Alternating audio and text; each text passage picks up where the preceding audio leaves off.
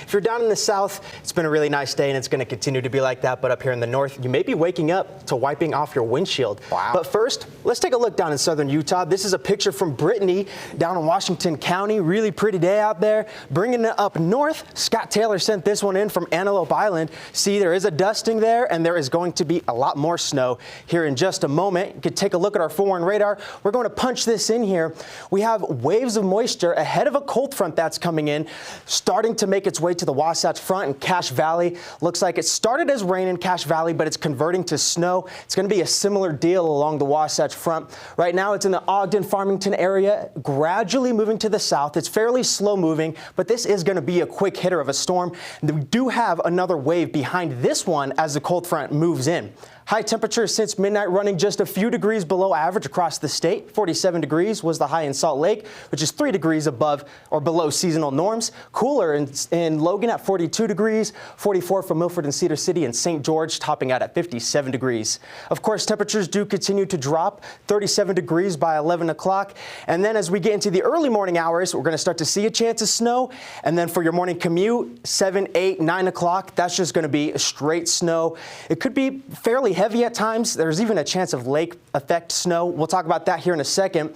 You may want to plan a little bit of extra time for your morning commute, especially if you're on the northern Wasatch Front. We could have some slushy roads, and if you're on the Wasatch Back, we could have some snowy roads. So make sure you drive cautiously when you're on your way to work tomorrow. Grab a jacket as well. Snow accumulations will remain fairly modest, though. Mountains are getting about 4 to 9 inches of snow. Wasatch Back, including places like Park City and Heber, getting 1 to 4 inches. Cache Valley getting 1 to 3 inches. And then here on the Wasatch Front, we're going to get about a trace to 2 inches of snow. The more further north you go along the Wasatch Front, the more snow you're probably going to get.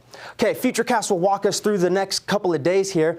Here's that wave coming through at about 3 a.m., bringing snow along the Wasatch Front and the Wasatch Back. And as that front moves through in your morning commute, that snow really starts to pick up. What you see here in dark blue is heavy snow, so you're going to want to make sure that you're being safe out there. Starts to clear on out by the afternoon, but we're going to have on and off snow showers throughout Monday afternoon, Monday evening, and then even into Tuesday morning. We could have some lake effect snow impacting the northern Wasatch Front. Bountiful to Brigham City has the best chance, but we could see some down here in Salt Lake as well along the benches, maybe even in the valleys as well. And then high pressure starts to build in, and by Tuesday night, we're looking pretty nice.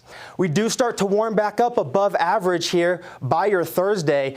Same story for St. George as well. So this high pressure that's been keeping us calm is on its way out. That low pressure system starts to move in from the north, bringing that unsettled weather and cold air. But high pressure builds again, pushing that out, acting as a storm block and bringing us more mild temperatures and nice weather. If you take a look at our forecast for tomorrow, we have 40s across the state with a couple 50s in the mix as well. We're going to zoom in here so that you can find your city. Wasatch Front looking at temperatures in the upper 30s to the low 40s.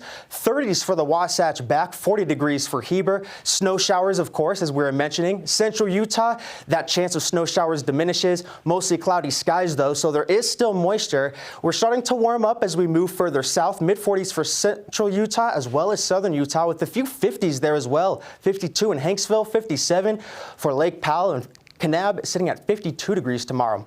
St. George will reach 57, and then it cools off, but that cold front won't make it far enough down to take advantage of the moisture, and then it starts to warm back up, partly cloudy skies, reaching average by Wednesday, and then we start to warm back up even more into the upper 60s over the weekend. It is going to be cold overnight, though. You're looking at Monday, Tuesday, and Wednesday, freezing temperatures down there in Washington County. As for the Wasatch Front, we're going to have freezing temperatures a little bit longer there. Snow showers into Monday. There is that chance of snow on Tuesday, depending on what that lake effect wants to do. With the high of 36 on Tuesday, 36, that's cold. That's more like a low temperature, but that's going to be our high. Lows in the 20s overnight, eventually reaching the 30s by Wednesday night. And then we climb back up to the 50s, and we do have our eye on another system that could be moving in this time next week. A little far out to say for certain, though. That's your forecast. Jordan, back to you.